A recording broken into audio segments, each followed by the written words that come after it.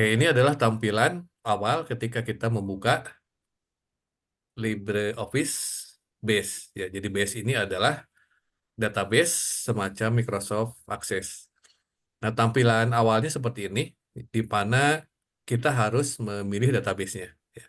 Bisa membuat baru, yang ini, ya, atau membuka file database yang sudah dibuat sebelumnya. Ya. Bahkan kelebihan dari LibreOffice ini, base LibreOffice ini adalah bisa connect ke database yang lain. Ya. Ini teman cukup banyak, termasuk ke Oracle, Microsoft Access, DBase, Firebird, dan sebagainya. Ya. Ini salah satu kelebihan dari LibreBase. Ya. Karena kita akan buat baru, ini create new database, ya. Kemudian next. Nah, ini kemudian berikutnya adalah eh, apa menyimpan dan memproses datanya. Ya, kalau sudah sampai sini klik saja tombol finish. Nah, nanti akan diminta lokasi penyimpanan datanya. Ya, misalnya saya simpan di sini di personal saja. Misalnya di sini kita akan buat apa database untuk penjualan. Ini ekstensinya ODB ya. Kalau akses itu sekarang AACD ya. Ini ODB. Kemudian kita klik tombol save ya. Oke, ini tertutup ya. Harus dibuka lagi. Nah, sebentar ya.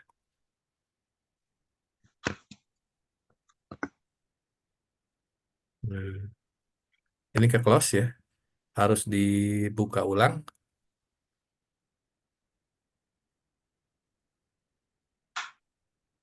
Nah, ini adalah tampilan awal dari aplikasi LibreOffice Base ini. Ini di atasnya sama aja ya. Ada file edit dan sebagainya.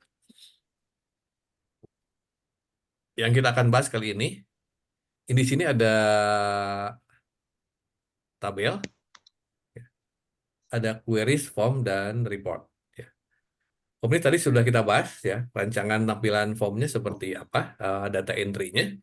Kita juga akan buatkan, tapi form itu sifatnya hanya untuk mengentry atau mengisi data seperti formulir.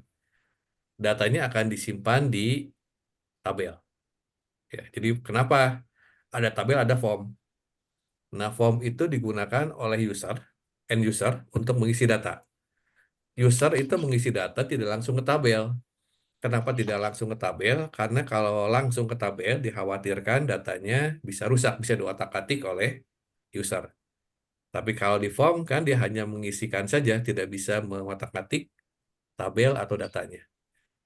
Jadi itu intinya ya, ada tabel untuk menyimpan data, ada form untuk mengisi data.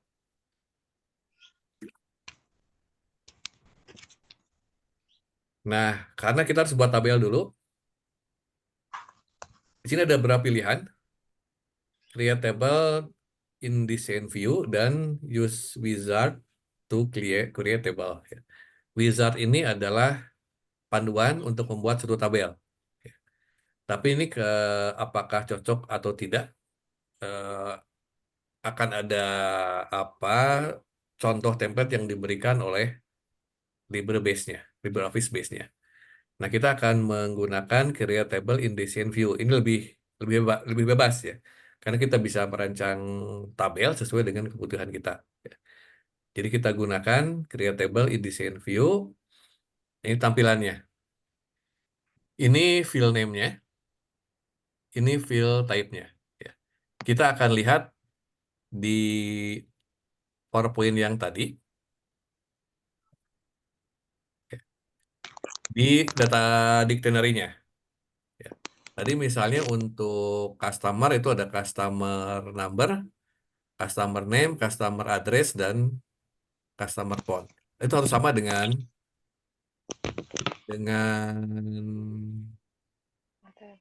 Dengan di database-nya ya, dengan dirancang data dictionary-nya jangan sampai berbeda. Ya. Ini kemana jadinya? Oke, ya. Ini di sini field name itu atribut sama ya. Di sini customer number. Ini saya singkat boleh asal kita paham ya. Cus number misalnya. Ya. Ini tipenya apa? Makanya ketika merancang kamus data itu harus lengkap mungkin. Jadi ketika kita akan menerapkan ke dalam aplikasi DBMS-nya itu sudah tidak perlu repot-repot lagi mikir apa yang harus ditentukan. Misalnya tipenya apa. Ya. Nah, customer number ini apakah berupa angka, berupa karakter atau teks ya?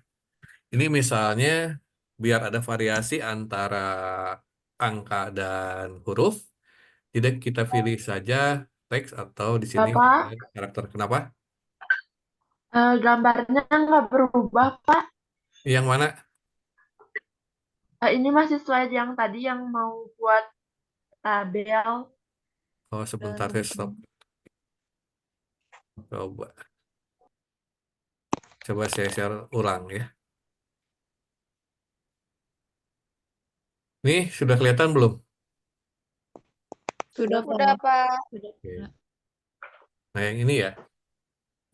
Ini saya ulang ya. Ini file name itu atribut. Ini sesuaikan dengan PowerPoint-nya. PowerPoint-nya. Data yang ada di PowerPoint tadi, kamus data. Ya. Ini misalnya tadi di kamus datanya customer number. Ini boleh disingkat. Ya. Eh, Kas no misalnya ya. Kemudian tipe datanya apa? Ini agar ada variasi antara huruf dan angka, jadi kita gunakan teks. Ya, jadi kalau teks itu boleh huruf dengan angka. Tapi kalau number itu hanya angka saja. Ya. Nah, kalau sudah di sini description atau keterangan, ini kita boleh isikan keterangan field ini apa, atribut ini apa. Ya. Kas number ini misalnya, ya, ini contohnya, ini untuk mengisi kode customer atau kode pelanggan. Ya. Kemudian tadi apalagi ada yang masih ingat fieldnya apalagi? Customer name ya. Ya. Name. Ini sebentar. Ini di bawah ada length-nya. Length itu panjangnya berapa? Ini kenapa dibatasi? Karena kalau semakin banyak itu akan nanti makan memori aplikasi yang sudah jadi. Ini kita tentukan makanya di dalam data dictionary itu selain nama fieldnya apa, nama atributnya, jenis datanya apa, tipe datanya apa, juga panjangnya berapa. Ini misalnya kalau mahasiswa NPM itu relatif sama. Misalnya berapa NPM itu sekitar berapa digit? 11, 12 sekitar 8 digit kurang lebih lah ya. Ini Ya. customer number kira-kira berapa digit ya. Jangan terlalu banyak misalnya 20 ya. Oke. Ini entry required ini misalnya kalau ini harus diisi wajib ya. Ini jadi kita bisa berubah apa kita pilih di sini ya. Jadi ini harus harus diisi wajib diisi oleh si user nantinya. Name juga sama, panjangnya berapa? Ya. Ini misalnya 35 misalnya ya. Karena nama mungkin tidak terlalu banyak.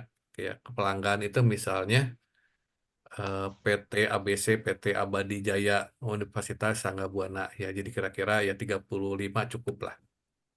Ini boleh keterangannya untuk mengisi nama pelanggan atau customer.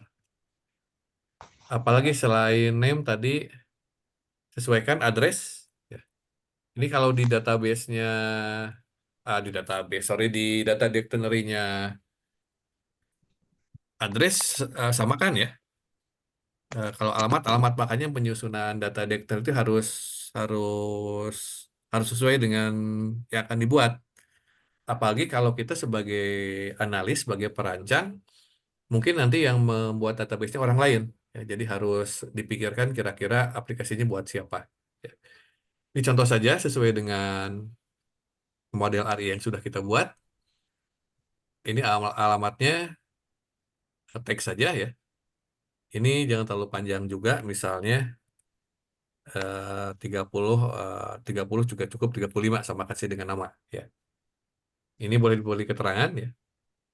Apalagi selain alamat tadi ada yang masih ingat Kode, Mas. apa? Kode, Kak. Kode apa? Kontak. Tadi yang di itu yang di sesuai di apa namanya di PowerPoint yang tadi yang data dictionary. Kan menyusun ini fisik database ini harus sama dengan data dictionary atau kamus data yang sudah dibuat sebelumnya ya. Telepon kalau nggak salah ya. Oke. Telepon juga nggak dengan terlalu banyak. Ini telepon bacanya 12 atau 14 digit maksimal ya. Ini telepon tipenya nggak ada ya. Number itu buat nomor secara umum ya nanti, tapi biasanya ada nomor telepon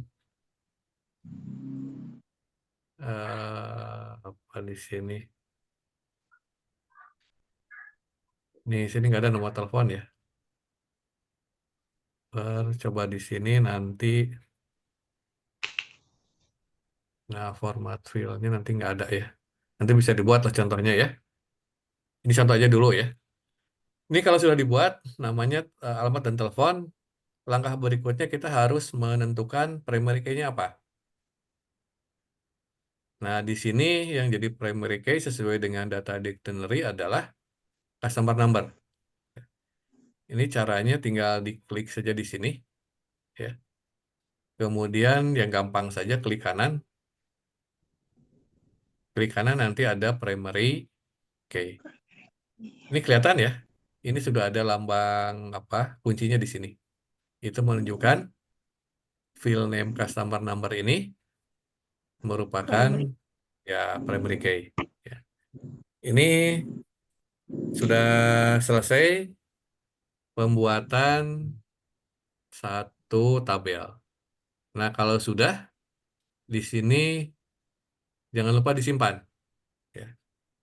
Karena ini adalah tabelnya. Kalau tadi disimpan adalah database keseluruhan, sekarang kita menyimpan tabel untuk yang sudah kita isikan di sini. Nah, klik tombol save ya. Nah, kemudian kita harus beri nama tabelnya, tabel apa ya. Ini misalnya tabel customer. Oke.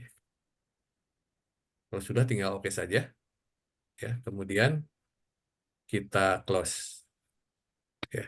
Ini balik lagi ya. Ini ternyata kalau di Zoom ini jadi bolak-balik ke close Zoom-nya ya.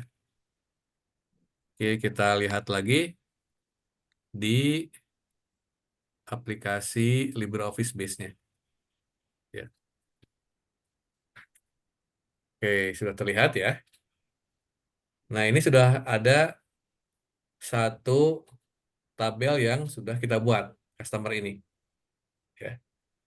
Nah, kita akan buat tiga tabel saja dulu. Ini saya stop share dulu. Kita akan kembali ke aplikasi PowerPoint-nya ya untuk melihat apa tabel-tabel yang akan dibuat ya. Ini customer sudah ya. Tadi ini customer number ya, customer name-nya, customer address dan telepon. Ya. Oke, sekarang kita akan buat tiga ya. Ini customer sudah, sale dan employee. Ya. Sekarang kita akan buat apa employee dulu lah ya. Nanti sale-nya belakangan. Employee itu employee number, employee name, employee address, phone dan job title. Ya. Ini kenapa dibuat dulu tiga dulu? Ya. Karena kita mundur lagi ke model REA yang akan dibuat. Ya. Jadi kita buat di sebelah sini ya. Ini kelompok sel ini, eventnya sel, ya.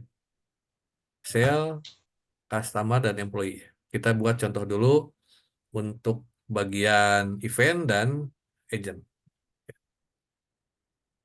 Oke, ini stop dulu ya. Ini bolak-balik ya. Kemudian kita akan balik lagi ke LibreOffice-nya. Nah, kemudian kita buatkan, klik lagi Creatable in Design View. Sekarang kita akan buat untuk employee. Tadi apa? Masih ingat? Employee ID ya. Employee ID. Ya. Ini employee ID tipenya teks saja ya. Ini kode pegawai. Ini apa nomor induk pegawai, NIP-nya atau NIK-nya, nomor induk karyawan. Ya. Ini Bapak, ada yang maaf, apa? Berubah. slide-nya masih sama kayak yang tadi, Pak, belum berubah.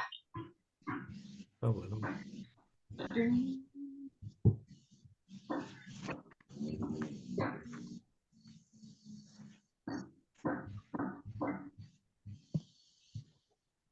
Ini kalau ini gimana? Sudah, Pak. Sudah, Udah, Pak. Pak. Oke, ini kita buat untuk employee atau pegawai ya. Tadi di data dictionary-nya field-nya employee ID. Ini nanti tergantung kliennya, employee ID itu berupa teks atau ada juga yang angka. Seperti NIDN itu nomor induk dosen atau NIK di Sangga Buana itu angka semua. Ya. Ini boleh misalnya jadi sebelum sebelum menentukan ini bagusnya kalau untuk membuat aplikasi ke perusahaan tertentu kita harus melakukan survei dulu, analisis dulu ya. Nanti apa dapatkan contoh nomor pegawainya, nomor induk pegawainya itu berupa apa. Ini contohnya angka lah saja ya. Kita misalnya ini tadi karena belum ada yang menggunakan contoh apa contoh berupa angka ya. Oke, nah kalau angka nanti ini apakah ada desimal atau tidak? Karena tidak perlu ada desimal, ini desimal place-nya kita buatkan 0 saja. Ya. Ini keterangannya kita isi misalnya nomor induk karyawan. Misalnya. Tadi apalagi selain employee ID nama ya, name-nya. Sama. Employee name ya. Ini nama juga jangan terlalu banyak, 100 berapa kira-kira umumnya nama di Indonesia itu sekitar 35 juga mungkin cukup ya. Jadi nanti kalau namanya panjang sekali disingkat saja. Ya. Ini boleh pakai keterangan nama karyawan. Oke. Ini address. Yes. Ya. Oke. Oke, dan terakhir apa? Nomor telepon ya. Sama job title-nya, Pak. Kenapa? Ada job title-nya. Job title ya. Ya. Address teks ya. Tipenya teks. Ini juga jangan terlalu panjang lah. 50 misalnya. Fontnya ini number aja ya. Ini tadi lupa yang itu ya. Harusnya ini juga font saja. Apa number saja. Ya. Lengthnya ya 14 lah ya. Ditambah kode apa kode daerahnya. Ini job title-nya. Oke, job title-nya teks saja. Ini job title-nya jabatannya. Itu misalnya 35. Nih kalau sudah dimasukkan semua ya. termasuk apa namanya description atau keterangannya, maka langkah berikutnya adalah menentukan primary key-nya. Sesuai dengan data dictionary, maka yang jadi primary key adalah customer employee ID. Ya. Ini kalau sudah selesai, terakhir kita save nama atau nama tabelnya apa. Ini tabel name-nya employee. Ya. Employee.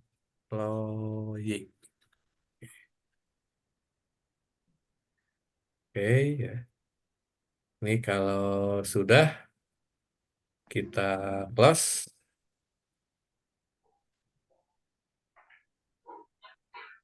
Ini scene sharingnya ke close lagi.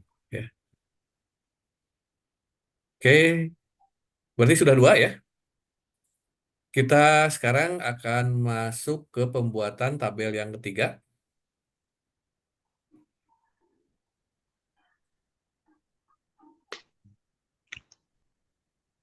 Ini sudah terlihat ya data dekternya lagi. Kita akan membuat tabel sel. Nah, tabel sel ini primary key-nya sel number, cuma di sini ada foreign key. Foreign key-nya customer number dan employee number. Ya. Ini jangan lupa ya, untuk foreign key ini nama boleh beda. Misalnya di sini customer number, ya, foreign key di tabel sel, tapi tipe datanya harus sama. Kalau customer number tadi teks, ya di tombol apa di tabel customernya di sini teks, maka yang jadi foreign key juga harus teks, walaupun namanya customer ID misalnya. Begitu juga untuk foreign key employee number itu dari tabel employee. Ini kalau tipe datanya number, maka di foreign key ini harus number. Karena kalau nama beda itu masih bisa direlasikan selama datanya sama. Tapi kalau datanya beda, di sini teks, di sini number, itu tidak bisa direlasikan. Ya. Oke, jadi kita akan buat tabel sel, primary key-nya sel number, foreign key-nya customer number dan employee number. Kemudian atribut yang lainnya, tanggal penjualan, ya, ya tanggal date, ya, time of sale dan total amount. Oke, jadi ada field sale number, customer number, employee number, 3 ya, date of sale, time of sale, dan total amount. Ada 6 ya. Oke, ini stop dulu. Kita akan masuk lagi ke LibreOffice Base-nya. Oke, ini sudah 2. Oke, sudah terlihat ya. Sudah ada 2 tabel, customer dan employee. Kita akan buat satu lagi tabel untuk sale. Ini ulangi langkahnya dengan mengklik Create Table in Design View. Oke, file name-nya ini cell number.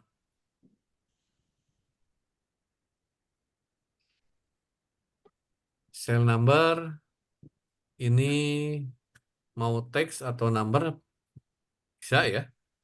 Atau misalnya apa? Angka misalnya ya. Oke, misalnya number atau di sini juga integer. Integer itu bedanya dengan number juga ya, tapi integer itu mulai dari angka positif. Ya, kalau number itu bisa negatif dan integer itu biasanya 9 digit. Ya, misalnya menggunakan Bapak, integer. maaf, Kenapa? slide-nya masih belum berubah, Bapak. Semuanya sama. Sama, Iya, Bapak. Pak. Ya, sama, Pak.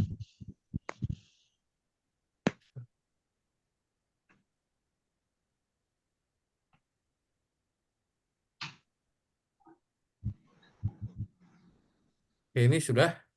Taruh. Sudah, Bapak. Sudah, Sudah. Kak.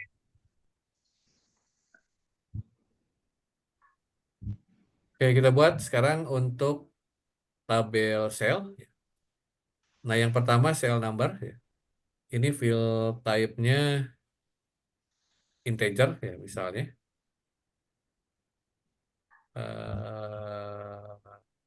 Ini kasih keterangan dengan nomor transaksi penjualan. Tadi apa? Setelah serial number apa? Tanggal ya. Eh foreign key-nya kita simpan di bawah saja ya biar terpisah dengan tabel utamanya. Karena foreign key ini diambil dari primary key yang ada di tabel lain. Cell number date ya. Nah, date-nya kita gunakan tipe datanya date. Nah, nanti ada pilihan ya. Apakah tanggal dulu, bulan dulu, dan macam-macam nanti di sini ya. Ada apa? Ada pilihan ya. Ini yang apa namanya yang pendek ya, yang tahunnya panjang dan sebagainya. Ini pilihannya. Ini cuma di sini settingan Indonesianya nggak ada ya. Ini adanya bulan dulu baru tanggal ya. Ini bulan dulu baru tanggal. Ini misalnya kalau mau yang panjang ya, ini kita pilih yang ini. Ya, formatnya bulan dulu. Ini formatnya kita coba ya. Kalau bulan dulu dia mau nggak?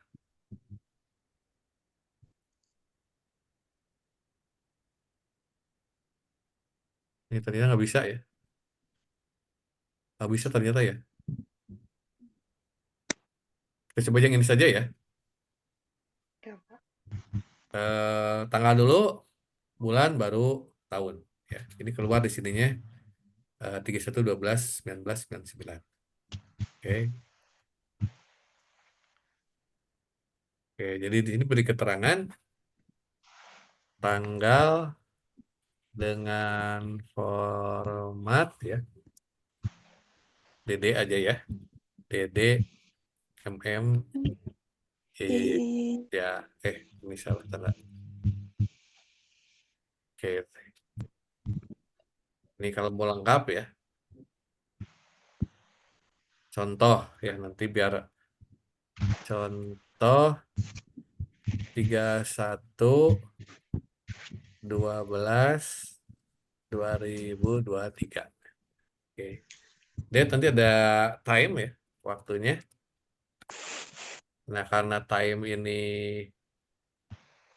ada di sini tipe datanya, maka kita pilih saja ini time ya. Nanti formatnya bisa milih lah ya. Atau di sini misalnya yang ini saja misalnya ya, 13/37. Tadi kemudian amount saja ya, namanya total amount ya. Total amount ini kita pilih saja ke number. Ya. Ini desimalnya perlu nggak? Kalau perlu kita buatkan di sini perlu ya. Kalau nggak usah. Misalnya kalau perlu 2 desimal. Ya. Ini waktu transaksi ya dengan format 24 jam misalnya. Contoh 13/2 ya. 35. Oke. Ini mohon jumlah. Kemudian tadi ada foreign key, customer number ya. Ini customer number tadi kalau teks di sana sama ya. Kemudian employee ID ini kalau nggak salah number ya.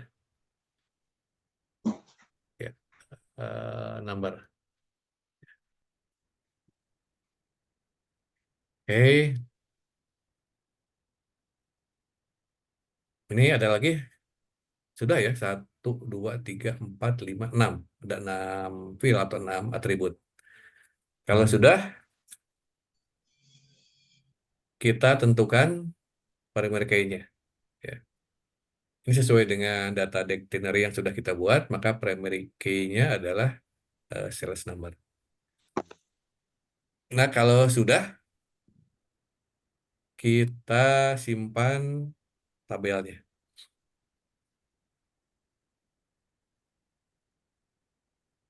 Nama tabelnya sel. Oke.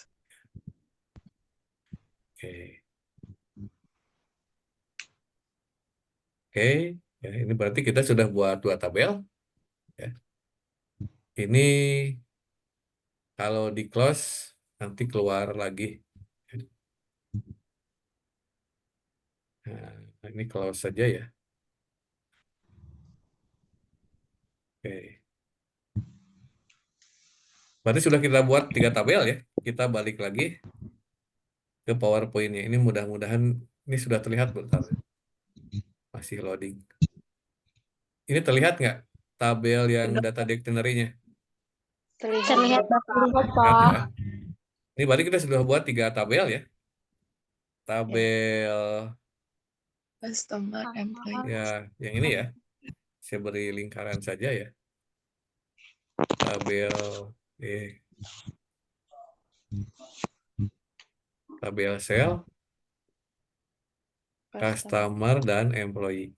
Ya, ini sementara ini dulu ya, 3 dulu ya.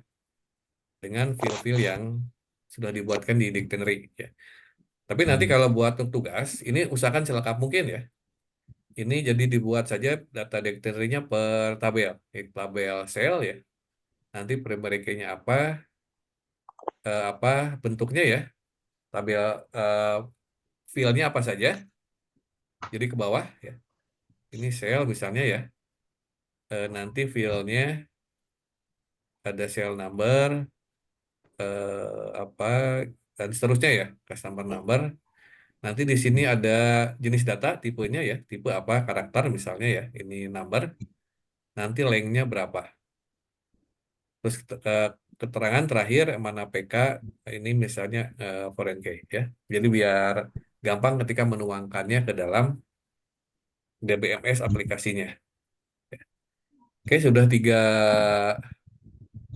tiga tabel sudah kita buat ya. Nah, kita akan buat berikutnya tampilannya. Seperti contohnya ya, ada caption, judul formnya, apa namanya, fill-fill yang ada, dan tombolnya. Ya. Oke, kita break aja dulu ya, untuk melanjutkan ke tampilan, bukan tampilan, ke rancangan tampilan form atau data entry. Ya.